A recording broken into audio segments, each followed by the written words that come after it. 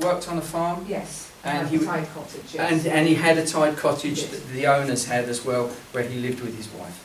Yeah. Yeah. Okay. And you also understand the fact that he could multitask. He could. Yeah. He could. And I said he was not just he was a jack of all trades. He was very good. He put his heart and soul into every job that he done as well.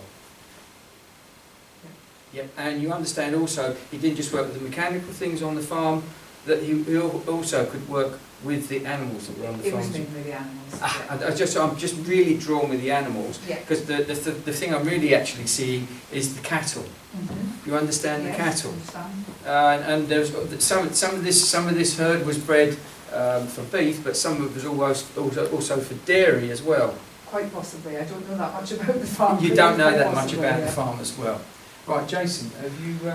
The feel I get with this gentleman is he would have been a man that would have, like David said, he was good with a lot of things, but he's making me aware he would have liked to keep the farm tidy. It was very important to keep it all up and tidy.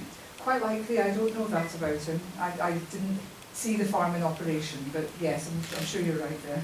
Right, okay, but you would understand, because to go with this tidiness, you would know him to be a methodical working man that would like to work to a certain method. Yes, he was. Because there would be, and it's funny because I think that's just a saying they might say in Scotland, there's method behind his madness. You would understand this humour with him as well. Yes. Good, because he was a man that was a good talker. He would be able to tell lovely stories. There are a lot of stories about him, yes. Yes, because he's going on about these stories and about these things. Because I don't know why, but I just feel that he would be in the hills. He was, yes. Because I want to go to the highlands. Highlands, yeah. I know you come from Scotland, so I'm just going to let everyone know that. So that was that. No, they were from the Highlands, yes. Right, but he's making me aware of the highlands, and so I just know that he would have had to work through rain and storm, and he just would have been out there doing it. Yes, he was. Okay, David. I want to go back to the animals, if I may, because you said that you had that. It wasn't just working with the animals. There was had an empathy with the animals that worked on the farm. You understand this? Yes. That I know we talk about ethics in farming today, but this was the sort of man he was. Yeah. That he was, I want to say, a man ahead of his time on that sort. On that score, yeah. And I also feel that he knew how to treat these animals as well. Yes. When they were ill. Yes. And he was very good at diagnosis as well. Yes, he was. He was.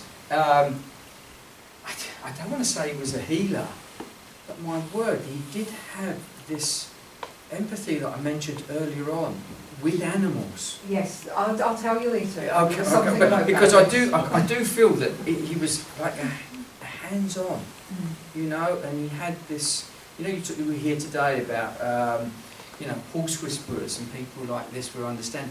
He had this way that he could blend with these animals as well, you know. I feel sometimes he must have talked to them as well. I don't know if you know that. I didn't know that, but there are stories about him and animals. Yes, yeah. I thought Not anything nasty at all. No. That's just it. Because he had this wonderful empathy and he understood.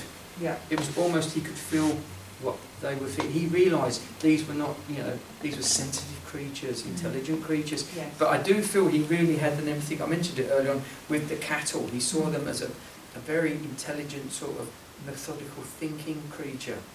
Yeah. Okay.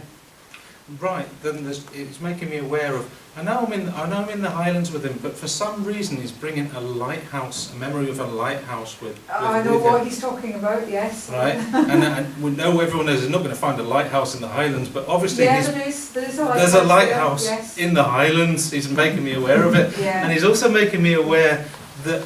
There's something about, he would have either liked Burns, but he's going on about a cragged rock, and I know that's something to do with Burns. So he would have been celebrating around Burns and that sort of thing. No, I don't know whether the Highlanders then would have really recognised Burns. They might have, but I'm not sure. But would you understand something to do about this cragged rock then? I think he's talking about the Flannan Isles. Right. And there's a lighthouse and the disaster there, and the rocks. Right, because he's making me aware of that part of Scotland. Yes. Which I don't know where it is, but I know he's making me aware of it.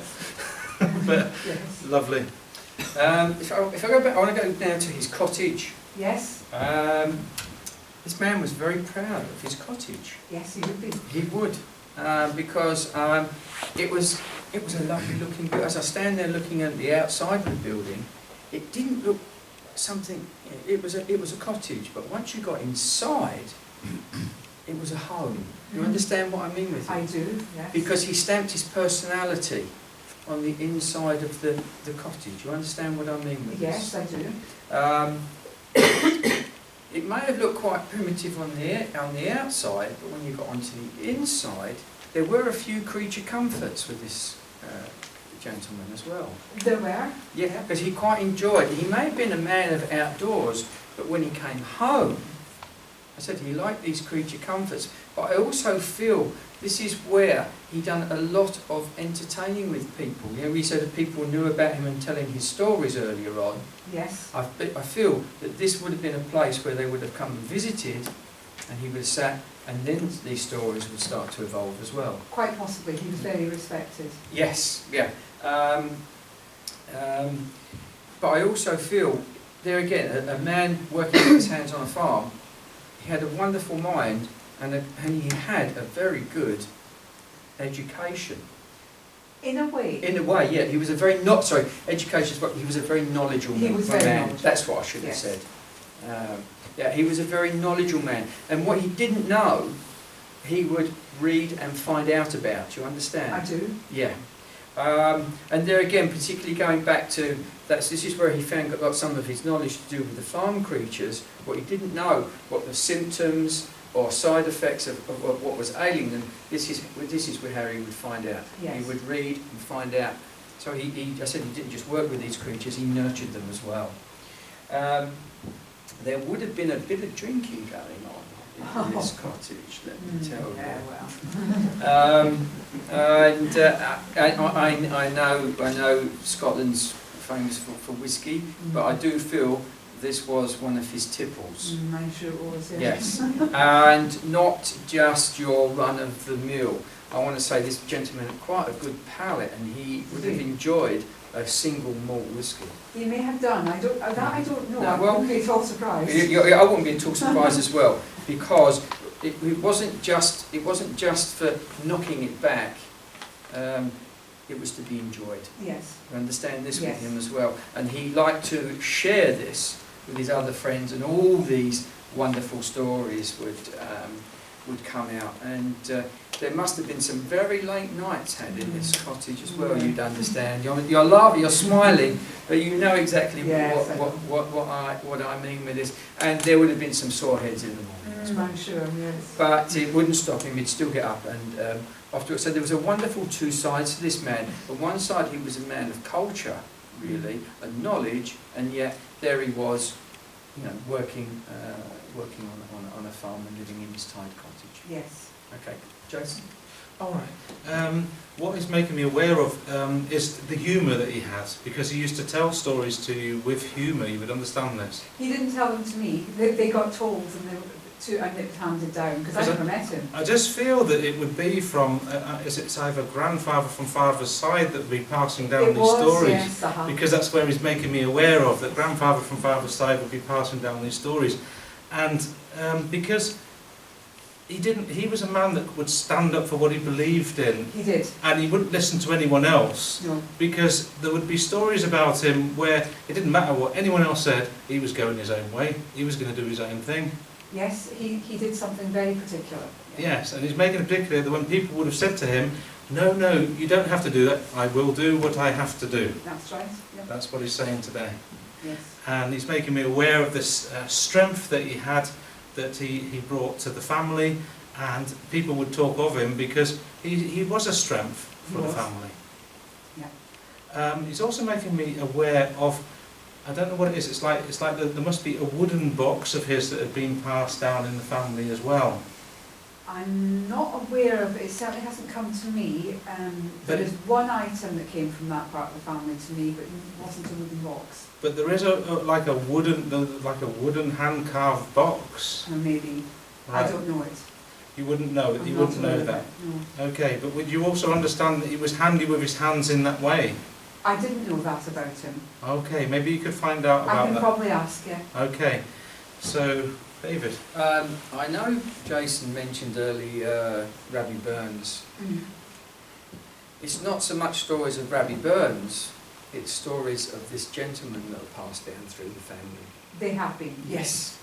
And they're almost told like a little bit of a small saga or a story, you understand? Yes. Yeah, because I didn't quite feel that Rabbi Burns thing. I know if you go down to the borders, yeah, you'll get it really well. But these were stories, and I want to say there are things about him that are almost legendary.